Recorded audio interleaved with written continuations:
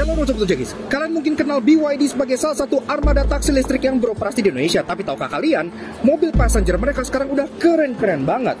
Ini adalah salah satunya, dibangun di e-platform 3.0 yang baru mereka. Ini adalah BYD Dolphin tahun 2022.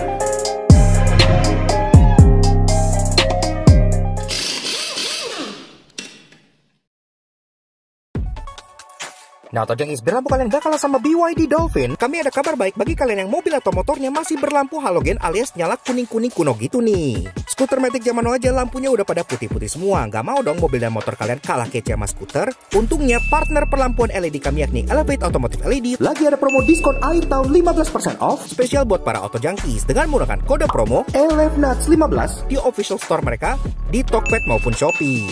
Kami berani rekomen Elevate LED karena terbukti setelah mencoba tipe Forza di Jazz-nya Alex, selain sinarnya lebih terang dari masa depan kami, juga memiliki cut-off yang sempurna sehingga gak nyilauin kendaraan lain. Semuanya plug and play serta kualitasnya OM great banget.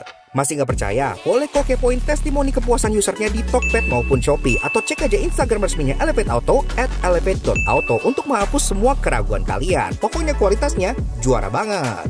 Dan tentunya didukung garansi resmi up to 2 tahun, so pakainya juga jadi tenang banget. Mau ganti lampu? Langsung aja kunjungi official store-nya Elevate Auto di Tokopedia maupun Shopee dan gunakan promo code ELEVNUTS saat checkout untuk klaim diskonnya ya guys. Dan pastinya promo ini terbatas dan tentunya limited stock pula. Jadi nggak pakai lama kalau kalian pengen upgrade perlampuan mobil dan motor kalian, lakukan bersama Elevate Automotive LED untuk masa depan serta pandangan ke depan yang lebih cerah.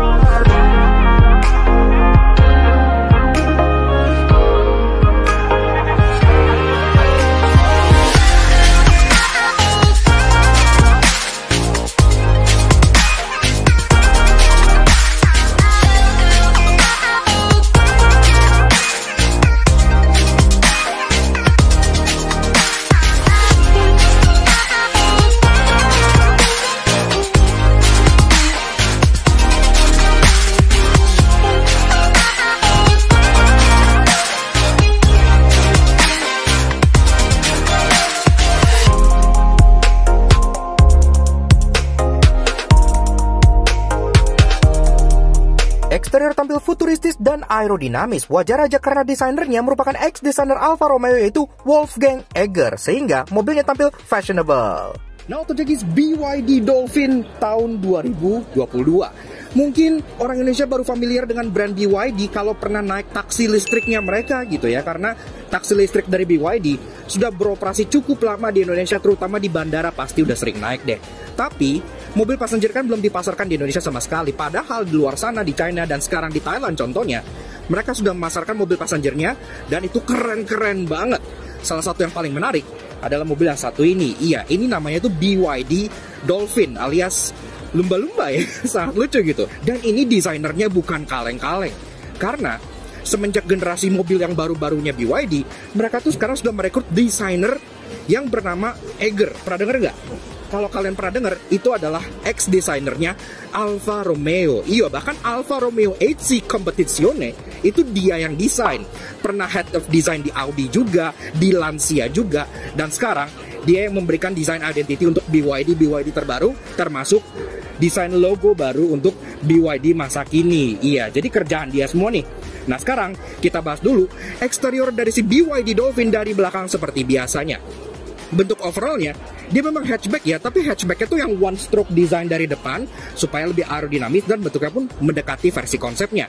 Dari atas, dia modelnya tuh dibuat two tone, warnanya pun bisa kalian pilih sih, black top, bisa silver top, bisa white top. Ini kebetulan yang silver top dengan warna kayak pinkish gitu di bagian bawahnya, sangat unik. Di atas antena sudah shark fin, dia udah ada integrated roof spoiler seperti ini, dan dia kacanya tuh modelnya yang floating roof, jadi udah lumayan kekinian. Third top lamp di atas ini, kaca pun udah ada di fogger, walaupun ada yang annoying di bagian belakang sini, ntar gue jelasin kenapanya.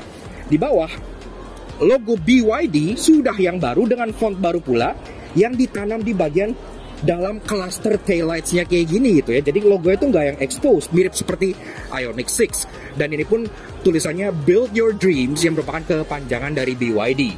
Seperti itu. Cenderung membulat, emblem-emblem, ada emblem EV di bagian sana, ada emblem lumba-lumba di bagian sebelah sini sesuai dengan namanya, dan bumpernya juga desainnya oke lah, cukup aerodinamis, ada garis-garis hitam seperti ada fake vent di bagian sini gitu ya, reflektor, dan ada hiasan-hiasan warna silver yang membuatnya tidak polos. Dan supaya kekinian, di bagian bawah dikasih aksen cladding hitam yang terus naik ke fender ala-ala crossover gitu. Kemudian untuk urusan safety, dia pun udah ada 3 titik parking sensor di bagian belakang sewarna body, dan juga ada kamera mundur di bagian belakang sini yang sudah cukup rapi. Nah, yang paling keren dari bagian belakang adalah taillights-nya, karena lampu belakangnya ini terinspirasi dari seni rajutan tradisional asal China. Iya, makanya bentuknya tuh seperti ini ya, kayak artistik banget gitu. Dia LED bar seperti ini untuk lampu senjanya, lampu remnya pun LED dots. Walaupun sayangnya untuk lampu sen dia masih bolam biasa, tapi untuk lampu mundur dia juga sudah LED. Berlanjut ke bagian samping, ada yang unik banget di bagian pilar belakang si Dolphin ini. Oke, dia kan ada panel plastik hitam glossy supaya efek floating roof-nya nyambung gitu ya. Tapi dia ada garis-garis yang lumayan abstrak, jadi kelihatan artsy dan unyu banget. Kemudian kelihatan di sini atap two-tone-nya, bagian atas warna silver, bagian bawah bodinya warna pink, dan di atasnya kalau kelihatan hitam itu bukan sekedar black top aja kayak Stargazer ya.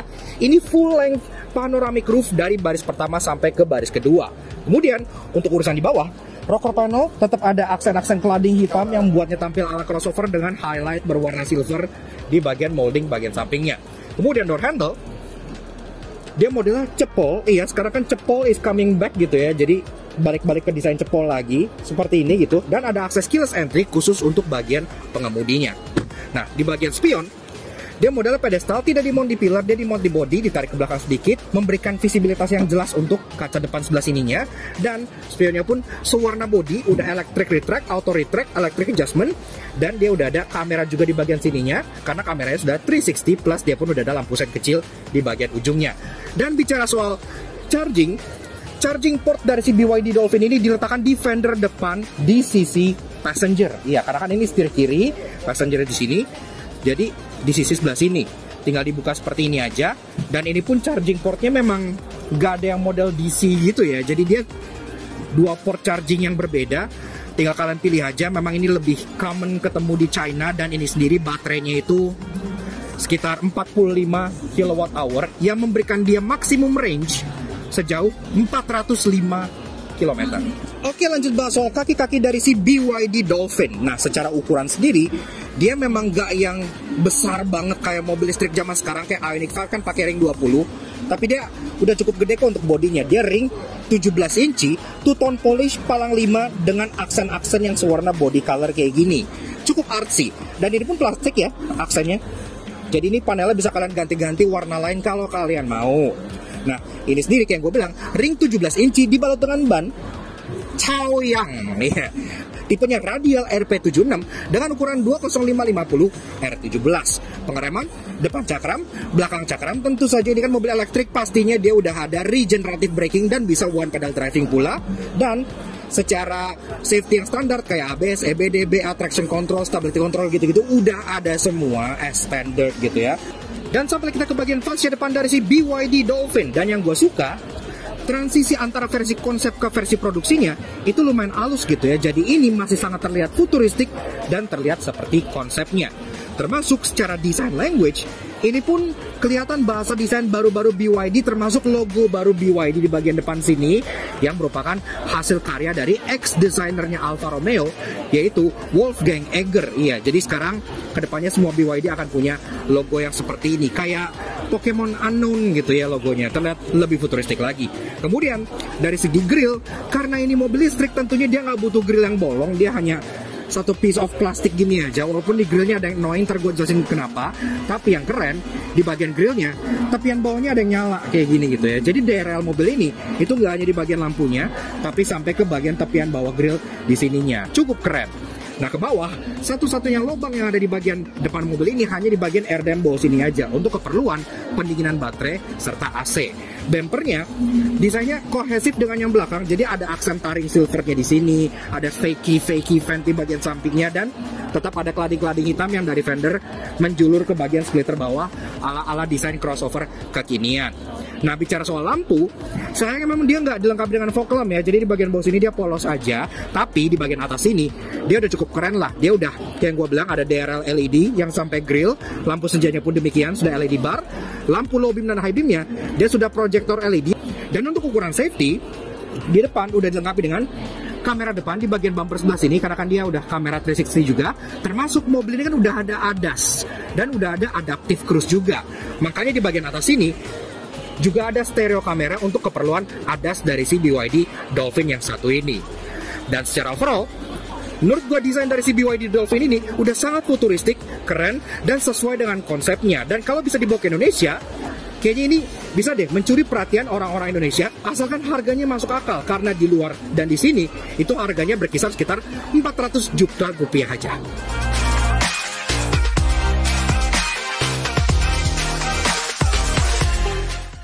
Interior tampil sangat ekspresif dengan kombinasi warna yang sangat berani, ditambah soft touch materials dan high-tech equipment seperti layar besar, membuatnya tech-savvy juga. Oke, lanjut ke si interior dari si BYD Dolphin. Pertama-tama dari pintunya, ini cukup berat, khas dengan pintu mobil-mobil asal Tiongkok gitu ya. Jadi hefty, padat, dan cukup luar biasa. Dan pas mau masuk, memang gak ada seal plate apa-apa, tapi kalian disambut dengan karpet dengan emboss BYD di bagian dalamnya. Oke lah. Nah, begini guys interior dari si BYD Dolphin tahun 2022. Sebelum kita bahas desain, fitur, dan ada apa aja di bagian dalam sini, seperti biasa kalau kalian suka dengan kami, kenapa kalian support kami? Cara klik tombol di bawah dan klik tombol merah terus untuk subscribe ke channel Soto Jangki. Jangan lupa nyalakan loncengnya supaya kalian dapat video baru dari kami, dan juga main-main ke Instagram kami di Lagnats_AJ untuk info otomotif terbaru yang pasti menghibur kalian. Oke, karena kita di pameran, pastinya kan kita nggak bisa startup mobilnya, ya karena kan kita tidak megang kunci gitu, dan ini bukan di Indonesia. Nah jadi at least bagian kapasinya tidak dikunci, jadi untuk spek mesin, motor listrik, dan lainnya itu kurang lebih seperti ini. Nah, Jangkis, bicara soal berpacu motor listrik dari si BYD Dolphin ini udah oke banget karena dia pakai permanent magnet synchronous motor 130 kW atau setara 170 HP dengan torsi 290 Nm yang dimate ke transmisi, single speed tas mobil listrik berpenggerak roda depan. Baterainya, teknologi terbaru Blade baterainya BYD yang tipis berkapasitas 44,9 kWh yang bikin dia bisa jalan sejauh 405 km. Top speednya 130 km per jam dengan 0-100 dalam 7,5 detik aja. Oke banget. Ya oke lah, 405 km untuk dipakai sehari-hari di Indonesia menurut gua itu udah lebih dari cukup lah. Really nice, apalagi kalau harganya serupa dengan di China pastinya bisa menggiurkan banget. Oke, bahas interiornya. Yang cukup unik dari interior si Dolphin ini pertama-tama adalah warnanya. Dia bukan single tone, bukan dual tone, bukan tritone, tapi dia quad tone. Iya, jadi ada 4 warna. 1, 2, 3, 4, oh 5, sorry, pentatone. Interiornya pentatone. Bagian atas hard plastik, warna hitam seperti ini dengan aksen-aksen lubang-lubang yang mirip seperti ombak di laut, seperti sirip lumba-lumba. Jadi semuanya tuh temanya sangat masuk.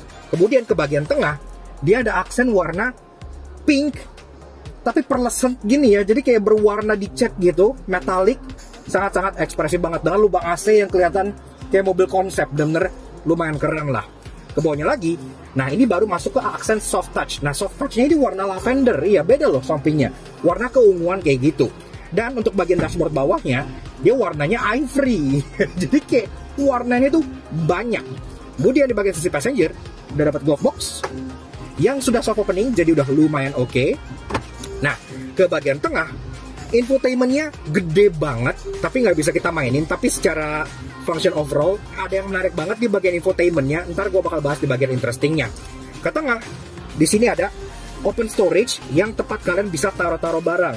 Nah ini lucu banget ya, bener-bener baki di tengah kayak gini. Yang di belakangnya ada beberapa controls. Pertama-tama untuk shifter. Jadi shifternya itu tentu dia electric shifter, cuman nggak kayak contohnya Ioniq yang dimount di pilar atau Genesis yang diputar-putar di sini. Dia tuh shifternya di sini nih, dan dia diputar di atas ke bawah seperti ini. Jadi cukup simple ya. Kemudian ke bagian kanan-kanannya ada banyak banget tombol. Ada drive mode, kemudian ada snow mode, ada hazard di bagian tengah, ada juga untuk AC, dan untuk shortcut defoggernya termasuk untuk volume model scroll wheel, dan dia gede di sini ya. Serta untuk nyalain dan matiin audionya, kalian tinggal pencet aja kayak gini. pencet untuk nyalain matiin, dan scroll untuk bagian volumenya. Dan ini feelingnya pun oke loh, nggak yang terlalu cheap gitu ya, masih yang kayak clicky, enak diputernya. Nah, ke bawah lagi, kita masuk ke bagian konsol tengah yang lumayan besar, karena center konsol ini dia lumayan high console. Di bagian balik sininya, ini agak tersembunyi sih, emang ada 12 volt socket di sini, situ, dan juga ada USB-USB-an, yang paling kanan untuk charging, yang paling kiri untuk input USB untuk multimedianya. Serta ada rolling door di sini yang bisa dibuka, mirip kayak expander gitu ya, yang nge-reveal tempat penyimpanan tertutup di bagian sininya. Nah, mundur sedikit, ini ada dua buah cup holder di bagian tengah sini yang easy to reach dan enak, dan ke belakang lagi ada electric parking brake yang desainnya tuh senada dengan ini ya, jadi kayak bulat-bulat gini gitu. Di kirinya auto hold, di kanannya untuk matiin traction control. Dan di belakangnya lagi ada wireless charger. Wireless chargernya pun kalau kalian nyimpen handphone tuh enak karena dia tersembunyi gini gitu ya. Jadi handphonenya tuh masuk setengah ke bagian dalam. Dan kalau kalian lihat, ini kan warnanya silver nih. Makanya kayak gue bilang, interiornya tuh pentatone, hitam, pink, metallic, lavender, ivory, dan silver. 5 warna. Ke belakangnya lagi, ini ada armrest yang sudah dilapis lagi-lagi soft touch warna lavender kayak gini. Namun ini nggak ada console box yang bisa dibuka ya, karena di bagian kolong sini udah ada tempat penyimpanan yang di bawah. Jadi ini agak tersembunyi nih ya. Mungkin kelihatan tangan gua nih. Kalian bisa menyimpan barang di bagian bawah sini kayak gitu. Oke, lanjut ke bagian jok. Joknya dia memang model pocong, tapi kesannya kayak sport seats gitu ya.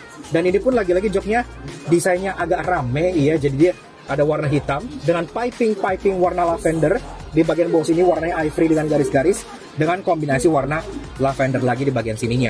Pengaturan jok untuk bagian driver sini maksudnya, gue biasanya setir kanan. Untuk driver dia sudah elektrik, dia bisa sliding, bisa reclining, dan juga ada seat height adjuster. Jadi nyari posisi sudah enak, walaupun untuk bagian sisi passenger dia masih manual. Lanjut ke bagian setir. Nah, setirnya juga cukup unik. Jadi dia modelnya kayak buntut lumba-lumba kayak gini. Jadi kayak bener-bener sesuai dengan nama mobilnya. Setirnya bisa di-adjust, tilt, tapi tidak bisa teleskopik seperti itu.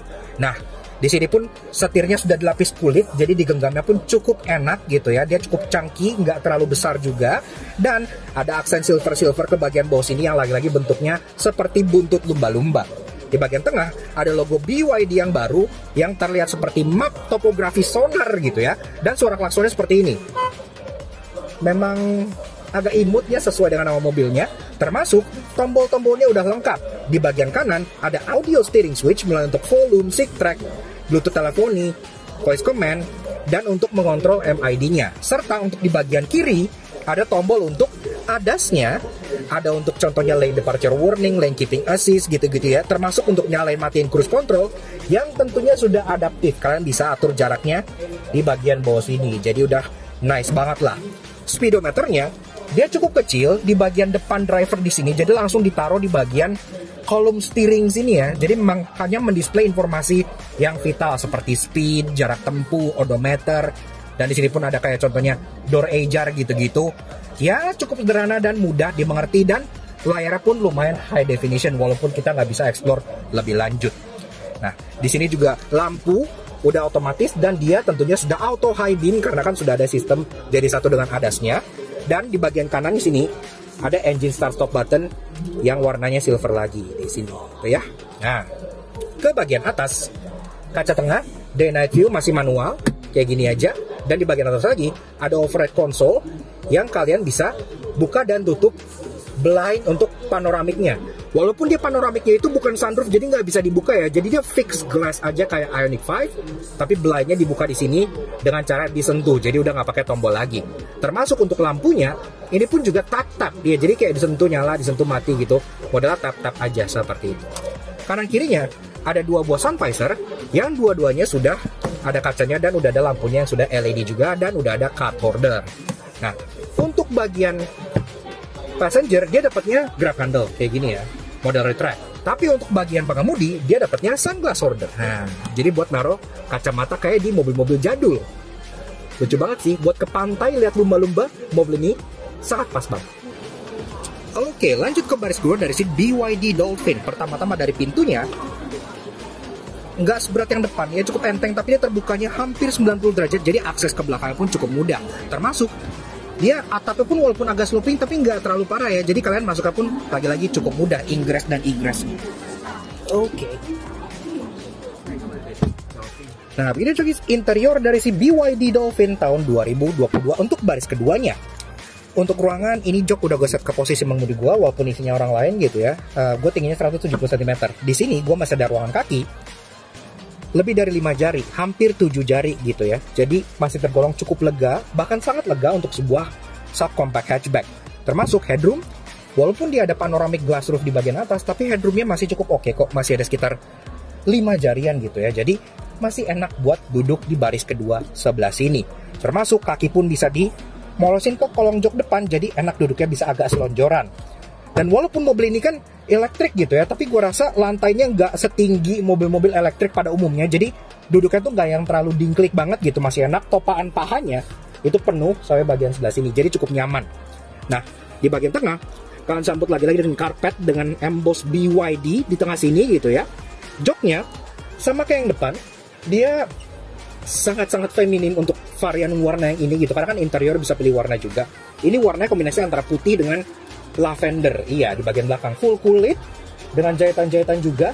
Dan memang di bagian belakang sini kalian nggak kebagian armrest, tapi kalian tetap kebagian 3 buah headrest yang bisa di adjust, yang tengah enggak, tapi kanan kiri bisa. Nah, jadi kalau kalian kebagian duduk di tengah,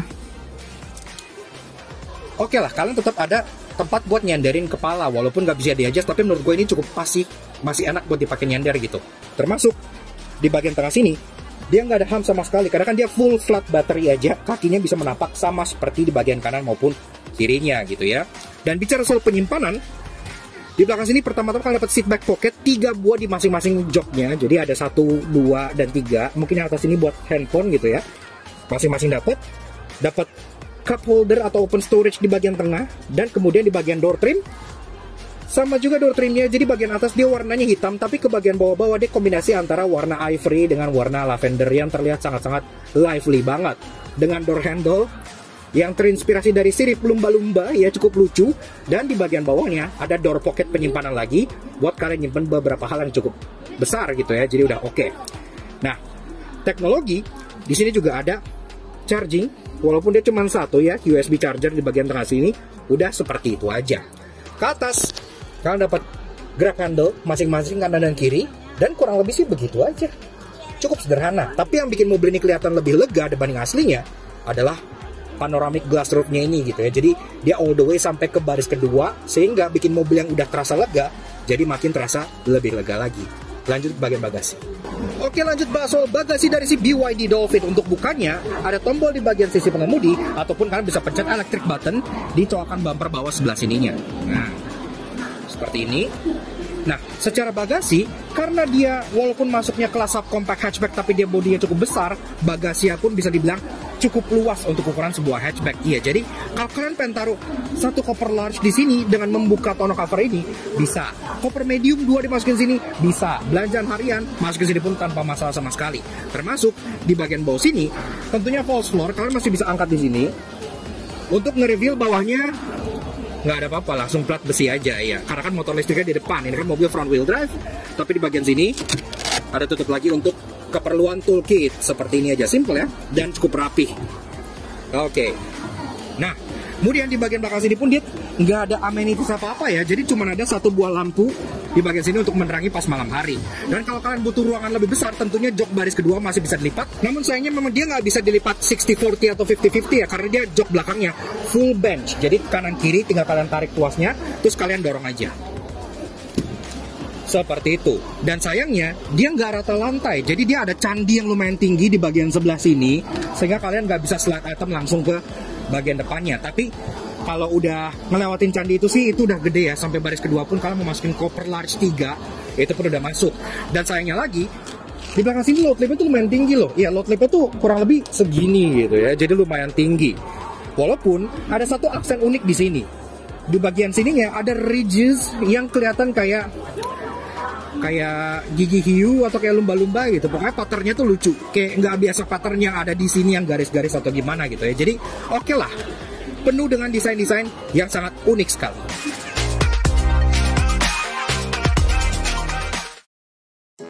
Walaupun ya funky dan canggih, namun karena BYD di Indonesia baru fokus ke bis dan taksi, pasti ada yang menyebalkan. Karena itu inilah 3 annoying kami temukan di BYD Dolphin EV. Sama seperti annoying di Ioniq 5, BYD Dolphin ini tidak memiliki wiper belakang. Iya, dan mau segimanapun manufaktur bilang nggak butuh wiper belakang karena aerodinamis, that's complete crap. Akhirnya makanya di Ioniq 5N dan di Ioniq 5 facelift kan mulai kelihatan ada rear wipernya. Ini harusnya juga udah ada rear wipernya. Tidak ada alasan. Konektor charger untuk si BYD Dolphin ini menggunakan konektor yang serupa yang kebanyakan dipakai oleh mobil Tiongkok yang serupa dengan Wuling REV. Iya, jadi kalau kalian pengen nge-charge di SPKLU yang kebanyakan di sini harus pakai adapter lagi. Termasuk kalau kalian lihat di sini, dia nggak bisa DC charging. Jadi kayak dia cuma ada 2 pilihan charger seperti ini. Terserah mau pakai yang mana. Tapi kalau DC charging yang gede itu yang biasa yang atas bawah gitu, nggak bisa. Grill depan dari si BYD Dolphin ini sebenarnya oke lah, dia art deco gitu ya, mencoba terlihat funky dan stylish, tapi patternnya tuh abstrak. Jadi antara bagian kanan dan kiri mobil itu jadi nggak simetris karena patternnya ngacak begini gitu ya. Di bagian pilar belakang itu masih oke lah, nggak masalah. Di grill depan di rata-rata yang pengennya tuh kanan kiri simetris, ngelihat pattern acak kayak gini, itu bikin orang-orang OCD kayak agak kesel gitu. Namun tenang, karena harganya di sana hanya starting di 200 jutaan, pasti bikin Ioniq 5 sangat khawatir. Karena itu inilah 3 interesting yang kami temukan di BYD Dolphin EV. Layar infotainment dari si BYD Dolphin ini yang terlihat landscape ini sebenarnya tuh bisa diputer-puter. Iya, jadi dia bisa jadi vertikal dan bisa jadi landscape. Cara muternya kalian tinggal pencet tombol ini nih yang ada di bagian kiri, setir. Ini ada gambar layar yang kayak panah gini ya. Kalau kalian pencet, ini bisa muter jadi vertikal maupun jadi horizontal. Dan itu adalah sesuatu yang biasanya ditemukan di smartphone gitu kan. Sekarang udah nyampe ke infotainment mobil. BYD Dolphin ini, selain dia punya kunci yang biasa, dia juga punya programmable smart key card. Bentuknya itu kayak kartu ATM gitu ya, kayak kartu kamar hotel, kayak kunci Tesla gitu. Dan kalau kalian udah program kuncinya mau keluar masuk, kalian tinggal tap di bagian spion sisi pengemudi sebelah sini. Ada emboss NFC di bagian sini. Jadi pas mau masuk, kalian tap di sini, spionnya langsung kebuka, pintunya langsung kebuka, dan kalian bisa langsung jalan. Sesuai namanya Dolphin, di interior mobil ini pun banyak aksen-aksen yang terinspirasi dari lelautan atau lumba-lumbaan gitu. Pertama-tama, dari bagian setirnya yang tadi gue bilang, kayak buntut lumba-lumba. Kemudian di bagian dashboard sini, kayak contohnya ada ini yang terinspirasi dari sirip lumba-lumba. Bahkan bagian atasnya tuh, yang tempat buat defogger depan itu terinspirasi dari gigi lumba-lumba. Dan ini di bagian atas dashboard sini ada lubang open storage yang terinspirasi dari ombak-ombak laut. Bahkan di bagian door trimnya itu ada tempat buat buka tangannya gitu ya, kayak door unlocknya itu di dalam itu terinspirasi dari sirip lumba-lumba. Jadi kayak flippers gitu ya, makanya desainnya kayak gitu. Dan itu cukup unik dan sesuai dengan nama mobilnya. Yaks, oke. Nah, jadi kurang lebih begitu aja sedikit fun impression tentang si BYD Dolphin tahun 2022. Ini mobil membuktikan bahwa manufaktur-manufaktur asal China seperti BYD, Great Wall yang dulu tuh kita pandang sebelah mata yang bisa cuma ngejiplak mobil lain doang. Sekarang mereka sudah belajar dan sudah bisa bikin mobil sendiri yang sangat proper dan bahkan di beberapa aspek lebih ekspresif dan berani dibandingkan manufaktur Jepang pada umumnya. Interiornya, eksteriornya terlihat sangat-sangat futuristik dan playful gitu ya, yang bikin mobil tidak terkesan seperti appliance aja, tapi sesuatu yang bisa mengekspresikan diri kalian dengan sangat oke banget.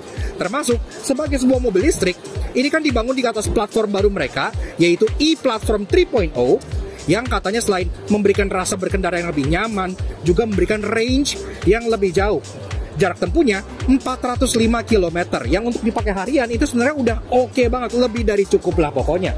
Bisa banget bersaing dengan mobil-mobil listrik yang sekarang dijual di Indonesia seperti Ioniq 5 dan kawan-kawannya. Termasuk mobil ini secara harga itu kan ini diekspor ke banyak negara gitu ya. Thailand udah sampai, ke Australia pun katanya sudah akan nyampe. Di Australia sana itu dijual dengan harga kurang lebih 30.000 sampai 40.000 dolaran. Jadi silahkan kalian konversi sendiri gitu ya. Mungkin di Indonesia sekitar 400 sampai 500 juta ya. Menurut gua masih oke banget untuk full electric vehicle seperti ini.